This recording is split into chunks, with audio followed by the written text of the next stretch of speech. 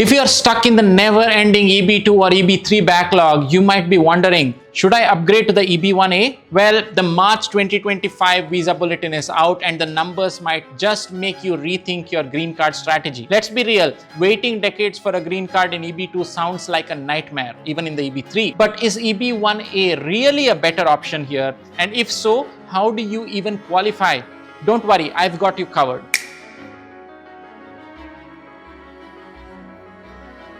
I'm Simon Shetty, the founder of Smart Green Card, and this is where I break down US immigration in a way that is actually practical and makes sense.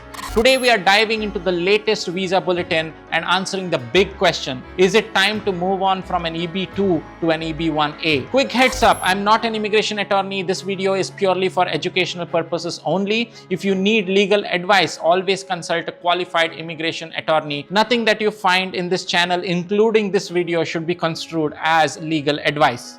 Now, let's get into it. Alright, let's start with the big updates from the March 2025 Visa Bulletin. The EB2 final action date for India moved forward by just 6 weeks to December 1st, 2012.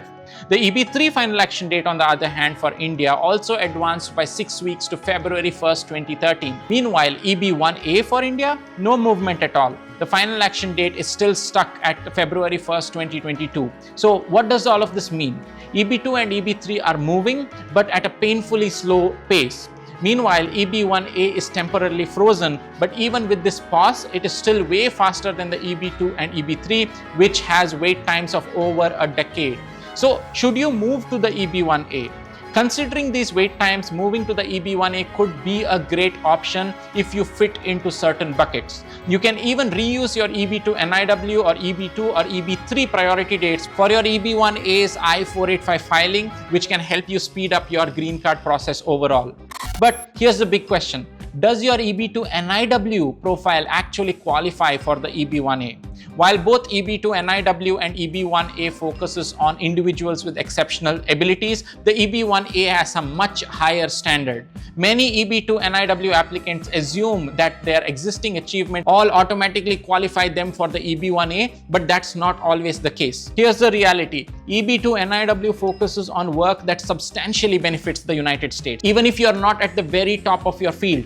But EB1A requires you to be one among the top few percent in your field with substantiated national or international acclaim.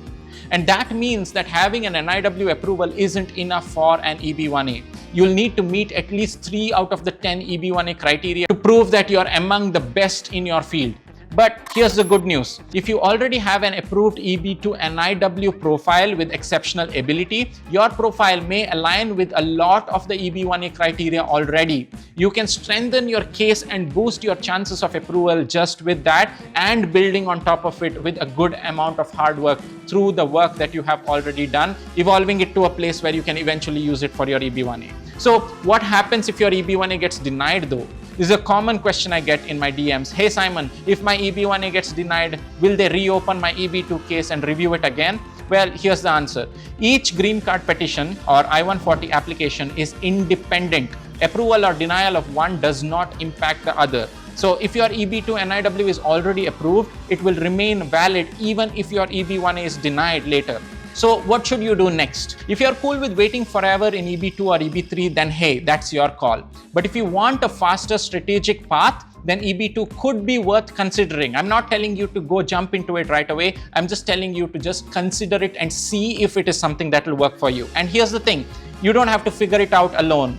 At Smart Green Card's VIP plan, we have guided over 150 professionals across healthcare, IT, research, engineering, and many other fields in evolving their work profiles over a certain period of time to hit the EB1A's high standards. We provide organic press support to enhance your visibility, publication assistance to showcase your industry impact, and expert insights to help position your profile effectively. If you are unsure whether you qualify for the EB1A, drop a comment below or reach out to us. Our pre-enrollment team will do a free profile evaluation for you and help you explore your options to build a compelling journey.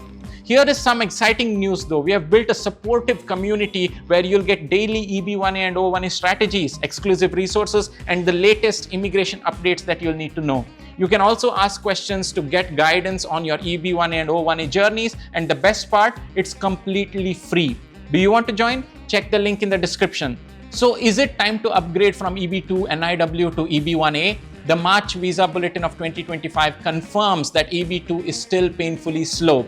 If you qualify, EB1A could be your best shot at getting your green card faster, especially if you have a priority date already that is before April of 2022.